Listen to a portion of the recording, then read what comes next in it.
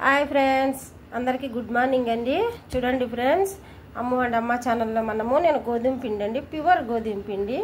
చూడండి, అన్నపూర్ణ ఆట ఉంటుంది కదా, అది తీసుకున్నాను నేను. చూడండి, ఇది కొంచెం వాటర్ వేసి కొంచెం సాల్ట్ వేసి ఇలా ముద్దలా కలిపేసుకున్నాను. నేను ఆయిల్ అయితే వేయలేదండి. చూసారు కదా, ఇలా ఒక 10 నిమిషాలు 20 నిమిషాలు నానబెట్టేసిన ఈ పిండి నేను ఇలానే మళ్ళీ కొన్ని ఇదండి 3 ఉండలు చుట్టి నేను పిండిలో వేసుకున్న రోల్ మాదిరిగా చేసుకొని. చూసారు కదా, ఇలా నేను బొంబాయి చట్నీ చేసుకున్నానండి. ఇలా ఆయిల్ లేకుండా మనం చపాతీ రుద్దేసుకొని కాల్చేసుకుందాము టిఫిన్కి. చూడండి, ఇలా నేను ఒకసారి వీడియో చేయాలి కదండి. ఇలా రుద్దేసుకొని ఆయిల్ కొంచెం కూడా వేయకుండా ఇలానే మొత్తం చేసేసుకుందాము.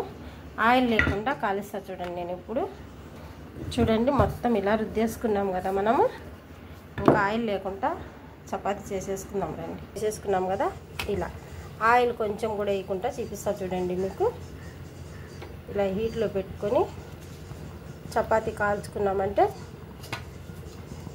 ఇప్పుడు ఆయిల్ తినని వాళ్ళు ఉంటారు కదండి, నేను ఇలానే చేస్తా. ఆయిల్ వద్దనుకున్నప్పుడు ఇలా. చూసారు కదండి, కొంచెం కూడా ఆయిల్ అయితే అవసరం లేదు మనకి. వాటర్తో కూడా ఇలా కాల్చేసుకోవచ్చు.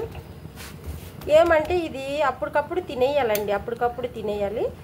ఆయిల్ లేనిది ఎక్కువ సేపు ఉంటే మనకి గట్టిగా డ్రై అయిపోతుంది. చూసారు కదా, ఇలా పొంగుతుంది. చూడండి, ఇలా ఇలా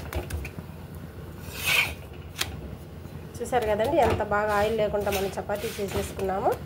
ఇలానే చేసేసుకోవాలి. అన్నీ తీసేద్దామండి, వేరేది వేద్దాం. చూడండి, ఇది కూడా వేసేసుకుందాము. చూడండి, రెండో చపాతీ కూడా ఎంత బాగా బబ్బుల్స్ వస్తున్నాయో కదా. నేను బొంబాయి చట్నీ అయితే చేసుకున్నానండి. చపాతీ కాలే వరకు దీనిలోకి సర్వ్ చేసేసుకుందాము. కొంచెం ఆనియన్స్, వట్టి మిరపకాయ, కరివేపాకు వేసి బొంబాయి చట్నీ తయారు చేసుకున్నా. ఆయిల్ లేకుండా ఈ బొంబాయి చట్నీతో చాలా బాగుంటుందండి చపాతీ. చూసారు కదా, సింపుల్గా.